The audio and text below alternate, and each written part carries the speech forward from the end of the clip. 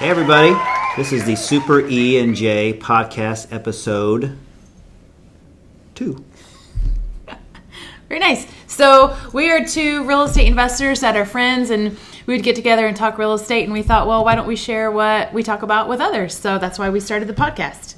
Yeah, you can be a little fly on the wall and kind of get entertained by our funny little comments and little quirks we have about each other and little things we find out about real estate. So without further ado, I'm Justin Bogard. My company is Bright Path Notes, and I've been a real estate investor for several years. And I started off fixing and flipping houses and done some wholesale deals and had some rentals. And then I kind of figured out the real estate note investing space is where I was most comfortable in, and that's where I landed, and that's where I am today. And so I specifically deal in note investing, performing and non-performing loans, buying and selling them. And this is my friend Super E. Hello. So I'm Elizabeth Mayora Sickles, and I left corporate 3 years ago. And for the great unknown, Thank you. Almost my 3-year anniversary, July 1st. Congratulations. Thank you. That's awesome. And so I do real estate investing full time. My niche is short-term rentals. So my company, we do everything. Just think Airbnb, VRBO, Booking.com. That's what we do. Awesome. Hope you enjoy the episode today. So, let's just get into it. So we met 4 weeks ago for our pilot episode, and we had, a few views of it, and we had actually some feedback on it as well. We had a comment from Miss Vicky, and Miss Vicky said that we gelled very well together, and it felt very genuine. So I thought that was nice. So thank you, Vicky, for that nice compliment about our podcast. Yes, indeed. So hopefully we get some more. So don't forget to subscribe to either of our YouTube channels. My YouTube channel is Bright Path Notes. And I'm Elizabeth Mayora. Okay, that's it. And then we both have social media accounts as well. Mm-hmm. I've got Instagram, Twitter, Facebook, and then you can also connect with me on LinkedIn. And all of my handles, is that what you call them, handles? Mm-hmm. Are Bright Path Notes for any of those. And then yours are? Elizabeth Mayora, which is M-A-O-R-A. Mayora. Yes. M-A-O-R-A. I have to phonetically sound it out so I can get that right. Hooked on phonics, right? Mayora. That's right. So we met last time 4 weeks ago, mm-hmm. and we talked about business stuff. We talked about marketing, and I got kind of heavy into marketing, and you were talking about the short-term stuff and how it is and how it flows throughout the year and stuff. And so what's different about me from the previous month, or what's changed, is that I've actually hired on a virtual assistant. Congratulations. Thanks. So it was long overdue. I felt like it's been a year overdue. And so it was a little unnerving at first, trying to hand over responsibility to someone that you've never met before and someone that you have you don't really have any rapport with. And so I've slowly given them some tasks and stuff, and they excel in shining colors, with everything that I give them. So it's been really a nice peace of mind, if you will, to know that stuff's been taken care of. And I know that you have an assistant that you've worked with for a while, but it's different than the virtual assistant. Mm-hmm. So from my side of things, it's kind of interesting because I don't get to see them and interact with them, but I interact with them through we use a communication tool called Microsoft Teams. Okay. And so that's how we communicate, through email as well. But it seems like Teams is kind of like this thing called Slack. Have you ever heard of Slack? Mm-hmm. Okay. It's kind of like that, and where everything's controlled in conversations and threads and stuff. So it's easy for someone like me to follow because, as my woman would tell me, I forget things a lot. So this definitely helps me out. And, coincidentally, we actually use that personally at home as well, just to keep track of all this stuff. Because, we got 4 kids between us, so we're not very busy. So wait, so you and Vicky use Slack? No, we use Teams. Oh, yeah. Okay. Slack. I know Slack is more familiar with everybody on the audience because I believe it's more publicly known. But mm-hmm. Microsoft has their own version of kind of Slack, but I think it's a Slack with a little more power to it. And so it's called Microsoft Teams, and I use that, and it's worked out very well. You can do video calls on it. Okay. And phone calls on it, and you can record conversations. I think you can even record webinars if you have groups of people that are in the teams. Mm-hmm. And so it's pretty nice. Yeah. Wow. I know that people in HR, like if you own your own business, then they will recommend that you use Slack to communicate with your team because that way they can look at it on their own time. It's not a text message. So just kind of some insight into that. Yeah, because text messages, like normal text messages on, our cell phones, like conversations get lost because if you text a lot with an individual like that's way up in the thread and it's so hard to scroll through and get to it. So it seems like for business, the best way to do that is through a Slack or through Teams. So I'm a big proponent of that. So how do you communicate with your assistant? Well, she's local, so that works out really Just well. tap her on the shoulder. Hey, Yeah. I need this done. My mom also comes over and helps me a lot too. So Your mother's working for you? yeah, well, she's working for free because that's what moms do, right? Yeah. Aw. But yeah, she comes over to run. Like she runs all my personal errands for me now, and Nice. does my grocery shopping, and yeah, it's really awesome. Goes to the bank for me, just gets my mail, does all that stuff. It's fantastic. Mom, if you're watching, you're hired. I'll take you for free. I just have to take her out for a good meal a couple times while she's here, which is obviously no big deal at all. Yeah, I mean, McDonald's isn't that expensive, is it? Just kidding. I'm sure you take her out to a nicer place, maybe like Arby's or something like that. Just kidding. But just on the VA side, I was at an executive conference last week specifically for the vacation rental industry, and a couple of my colleagues, they use VAs and love them, that they're well trained in that these people Yeah. they work exclusively in the vacation rental market. So Oh, it's good.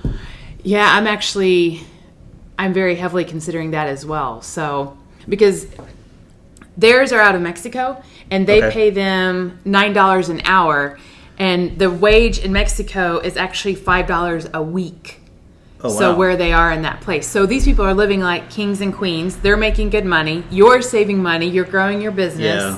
And you're helping other people out too. So That's incredible. The amount of money that you pay for someone in a different country, and it's just to them it's like the most money that they've ever seen in their life. And it's so hard to get that conceptually to realize that because I don't live in another country. Obviously, I've only been to a few countries, but it's just really hard to relate about that. But that's kind of cool how you're able to it's a very low cost for you as the business owner, and it's a very heavy payday for the receiver of that, who happens to be the assistant. So yeah, I've been pretty happy with it. Like I keep pushing more responsibilities off on the VA, and it's worked out really well so far. And they keep on surprising me by having these other abilities that I just didn't realize in our first initial consultation. So it's kind of nice. Like they've done some graphic work for me, and so. But like you said before, yeah, it's like they're specialized in maybe your field or almost like your field. So since my field is note investing, there's probably not a lot of VAs out there that are specific to note investing because it's so niche, if you will, within real estate. But if they have real estate experience and they've worked as an agent or a broker or worked with other fix and flippers or wholesalers, a lot of it translates over to note investing anyways. So they have a lot of the mindset is there, and they also have a lot of the skill sets to understand purchase and sale agreements and closings and things like that. So it's been pretty good so far. where is yours based? Do you know? She is in I want to say Georgia, Okay. and so Georgia or Arkansas, I can't remember now. Oh, here So- in the U.S. Yeah, in the U.S. Sorry, yeah, Oh, I didn't realize that. yeah. So they're in the United States, yeah. Yeah, Oh, so I know there's okay. VAs that are international VAs, Yeah. but mine, our setup is that I got hooked on, and it's from a guy from our local real estate club. And so he uses them. He has 2 or 3 of them, and then he turned me on to that company. And then I had consultation with that company, and then I consulted with the virtual assistant. I actually had one at the beginning, and they had some personal problems come up, and they couldn't commit to the hours that we needed for them to work. So then I got another VA that came in and from the same company, and they just picked it up and just kept rolling with it. So it was kind of nice. Wow. Yeah. Okay. I had never heard of VAs here in the U.S. actually. Yeah, I always- wasn't. I just assumed it was all international because that's all I heard. Oh, get somebody Right. from the air quotes here Philippines. They're not all from the Philippines, but that's where I've heard a lot of the VAs are like they're in the Philippines, and so I was kind of surprised to see someone in the U.S. I was like, okay, good. They're not gonna be asleep when I'm working, because you figure how are they gonna work the same hours you do when they're 12, 14 hours or however many hours it is away in that time zone for the Philippines. Okay. So yeah, so that's kind of the big change that's happened to me the past month. We're closing a lot of loans right now. Congratulations. We have thanks. Yeah. So we've got a package of loans that we're selling and a couple individuals that we're selling. So things are definitely moving very quickly right now. And maybe it's because of the summertime and the school's out, but definitely got a lot of momentum going right now in the business. So definitely glad the VA is here to help out and facilitate all the. I guess you never realize how many administrative things you end up doing as a business owner until you have it offloaded to someone else and be like, oh, I don't have to do that. It's kind of nice, Mm-hmm. You can focus on other things. Highest and best use of your time, right? That's exactly right. So you have one assistant? Mm-hmm. And then one of the new things with my business is I hired a reservationist. So she just started on Monday. So she'll be responsible Monday through Friday from 8 to 5 to take care of all of our reservations coming in from Airbnb and VRBO and our direct, because you can now, that's also really huge, you can now book directly on ElizabethMayora.com. Awesome. So thank you. So Rebecca started Monday. She was a referral from one of my teammates right now. Okay. The other thing I learned at that conference was just how expensive it is to hire people, and that if somebody internally gives you a good lead that you end up hiring, you need to reward them. So Melody gets a cash. Okay, I am not taxing her on this. She will get a cash next Monday at our operations meeting for Awesome. referring Rebecca. That's cool. I'm glad that you do that. You got to give back to the people that help you out. That's important. Yes. Yeah, because my business and your business both is strongly referral based, because people have to know, like, and trust you, to want to do business with you, especially when they're investing into something, that's going to be passive income for them. We hope is passive income. Exactly. I hope they don't have any challenges. They have to actually swing a hammer or do anything. So, are you selling notes here in Indiana, or?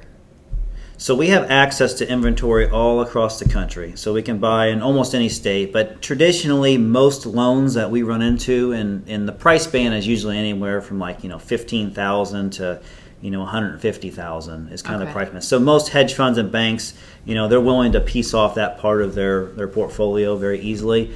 And those types of values end up being in the Midwest. So Indiana, Michigan, Ohio, those are pretty heavy states with seller finance paper, note mortgage paper as well. There are, places in the South, like Florida and stuff, that we see a lot of loans. A lot of East Coast stuff, New York and New Jersey, a little bit more expensive. I personally stay away from those states just because they're just longer foreclosure periods, and I don't have like a real good attorney that I have access to out there to help kind of get things through a little quicker. So I typically don't shop for my own portfolio out there unless an investor really wants to shop out there, which we have a few people that shop on the East Coast. But yeah, we can buy pretty much anywhere. I just happen to have a lot of local stuff because I have a lot of local connections here in the Indianapolis area, and that's just what it ends up being. So, okay, is the summertime typically busier for you? That's a good question. I would say yes, it is busier because we get more activity from investors over probably starting in it probably mirrors the seasonal real estate world where people are buying and selling homes traditionally like right at the end of the school year, all through the summer, and all the way to the beginning of the school year, and impedes a little bit into November. So probably like the November, December, January, February timeframe, there's not a lot of activity as there is the other 8 months out of the year. Mm-hmm. So yeah, I would say it kind of mirrors that in my experience. So. Okay. We have some interesting things going on downtown in some of our hot markets with Fountain Square and Bates Hendricks right now, where we've seen a slowdown depending on your price range. So anything over 300 has really slowed down. Okay. But we just I had 2 investment properties that were Airbnbs, and we just sold them last Wednesday, but they were under 300,000. So we were able to. So that's the price point. 300,000 is like the marker. Like if you're above 300,000 right now, it's not going to sell as quickly. Mm-hmm. It'll sell, right? Just not as quickly. Exactly. And then south of 300,000, you're going to have a better chance because there's the biggest amount or the largest amount of borrowers, right, are going to be under 300,000. Mm-hmm. Yeah. Exactly. And it's all in you said Bay Hendricks, Fountain Square area? Fountain Square. And then there's a ton of activity in East Fountain Square. So if you're familiar with Indianapolis, State Street is the divider. It drives me crazy. And if you're a real estate investor and you have a property that's in a neighborhood like Fountain Square, or that's in not quite that desirable neighborhood, and it's really close to it, it is not in Fountain Square. It is not near Fountain Square. It is East Fountain Square, period. I hate that when I see wholesale deals come through, or even realtors. Get it right. Yes. Just be truthful about where the property actually is, because people are going to look it up and It's really 3 miles away from Fountain Square, but I swear it's in Fountain Square. yeah. Are you really from here? Did you really drive by the property? You know. So yeah, that's the other thing that just goes with the rapport and with knowing people, and Yeah. to be able to invest right in the right areas. And because if you're really looking out for people, you want the best for them, because Yeah. you want we want lifelong clients, right? Exactly, So if your property's not in East Fountain Square, or Yeah. if it's not in Fountain Square, I'm not going to tell you that it is. Yeah. But East Fountain Square is really interesting because it's very street dependent. And Okay. it's probably more street dependent than really almost any other neighborhood in Indianapolis. Wow. It's very interesting. I mean, we have brand new builds going on Okay. Woodlawn they're gorgeous, and then so the offshoots of Woodlawn the people are rehabbing them, but we have some other streets right off of there that are not They're good. just blighted homes. Mm-hmm. Okay. Wow. Yes. So Yeah, I have done 2 flips in Fountain Square. Did you? Back in 2016, okay. and I was there. I mean, it was still booming in Fountain Square, but like you said, it was very street specific, and I wasn't on the right street, so I had some challenges getting my stuff done. I was too early. I was probably like a year and a half too early on that street, because I realized after I got my properties finally sold and stuff, I was just like, wow, it took that long. I think it was because there were several tax liens on that street, and because of the right of redemption period, they couldn't do anything for like a year. So I lost out on some opportunity there. But that was, the reason why I don't fix flip anymore. I'm not the expert at it by any means. But you live and you learn, and everyone makes mistakes, and everyone, has errors, and I definitely learned from it. But I was definitely early, so I can appreciate what you say about being street specific, because I was definitely early. Well, even so, I bought they're 2 single family homes right beside each other, but 2 different parcels, totally separate. I bought them in December 16, and then took on business partners last year. And we had something came up with one of the properties, nothing major, nothing at all. And my business partner said, "Well, would you be interested in selling them?" And I was like, "We've got a lot of equity and sell high, right?" Yeah. So. Yeah, now's the time. Exactly. Yeah. So we sold them as turnkey Airbnbs. Oh, nice. So yeah. you're still managing the properties? We did not. We had our buyer was out of California, and he went with a different company. He's done business with them forever. He already has business with them. Gotcha. So The relationship. Yep. Exactly. So, but yeah, I'm excited for them, and it's a great location, perfect location. But so you were getting out in 16, and I was just buying because I bought in December of 16. Okay. So you have no plans of fixing flipping anymore, or just for the time being? I don't want to do that anymore. It's funny because a couple of years ago, late in 17, my dad and I were going to flip a home in Fishers, Indiana. And so I started working on it, and I was just like, oh my God, this is a great school district. And of course, when I had flipped homes, I make them too nice, as if I was going to live there, and that was my downfall. So I just, ended up working an agreement with my dad and just, decided to live there. So I'm still in that home today. I'm actually trying to finish renovating it because I've decided to wait to do the master bathroom until I had to leave. So I never had a nice master bathroom to enjoy. And so now I actually finished renovating the bathroom, and so now we're going to put it on the market here pretty soon. In a couple weeks, and sell it. And I'm going to move in with my woman Vicky. And so we have 4 kids between us. I have 2 and she has 2, so we're going to blend our families together. So there'll be 6 of us in a small house for a while we're getting ready to get another one. So. That's called family blending time. Family togetherness is going to come on a whole new level, right? Yeah, I think some kids might get annoyed, but it'll be par for the course. It'll be fun. I like having a big family, so it's fun, and she does too. We love kids, and we love obviously our kids. But it's fun. It has its challenges, but it's fun. I wouldn't give it up for anything. So That's awesome. yeah. So that has been my. So to answer your question, I don't plan on doing any more fix and flipping. Okay. I don't plan on doing any more rentals. I don't plan on.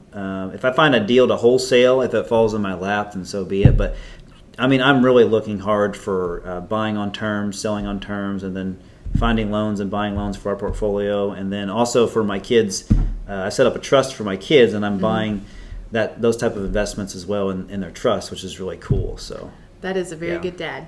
I'm glad to hear that. yeah. I want my kids to be financially savvy on what I've learned the last several years versus what they don't teach us when we grow up, and so at least they have the ability to make that decision on. I'm curious to know when my kids build up a little bit of savings from getting birthday money or Christmas money and stuff. I'd like to see them lend their money out to some of their other friends and I love secure it with maybe like a nice bicycle or something. But I want to get them practice, in doing that, understanding like getting cash flow back and getting, interest and being the bank as opposed to being the one that gives money to the bank, the borrower. So, I love that's it. why I'd like to see them do that after a while, after they build up a little bit of money. So, Okay. Very nice. yeah. So what else has been happening with you since we last spoke? The conference was huge, so learned a ton out there. And these guys, they're the big leagues. I mean, my one new friend has 1,000 properties. The other one, Steve Milo, who's a giant in the industry anyways, very highly respected. He has 2,000 properties that he manages. Whoa, Yes. that's a lot. He's now doing development in Florida specifically for short-term rentals, vacation rentals. So that's really, really big. We just we finish tomorrow with 2 units and then, 3 units. So we're excited to get those up and on the market. Awesome. So yeah, we're rolling.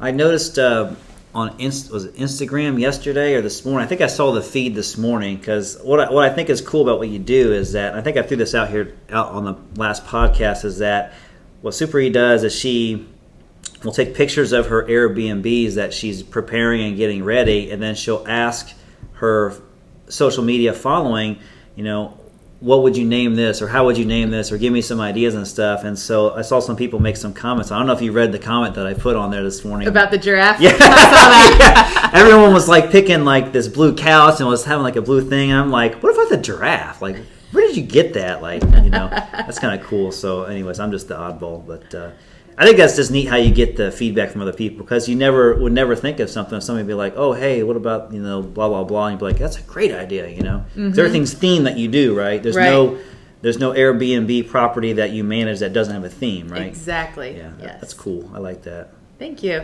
So- It's funny because we buy all of our mattresses from Comfort Option. They're right here in Indianapolis. Great company, great guys.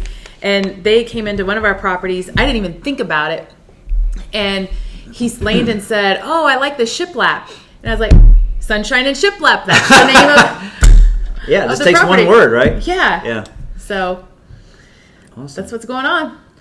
Well, I think we've gotten enough content going for this episode. I think we can end on a nice note. And thanks for being a part of this with me. I appreciate it. And hopefully we'll be able to grow this to do many, many, many more episodes. And hopefully we'll get better with technology and have some more fancier things. But otherwise, I just appreciate having a conversation with you and learning things that you have and trading off ideas and stuff. So it's been fun. Absolutely. And thanks everybody for watching. Yeah, and don't forget to subscribe to our YouTube channels and follow us on social media to see how our businesses progress. And until next time, we'll see you later. Bye.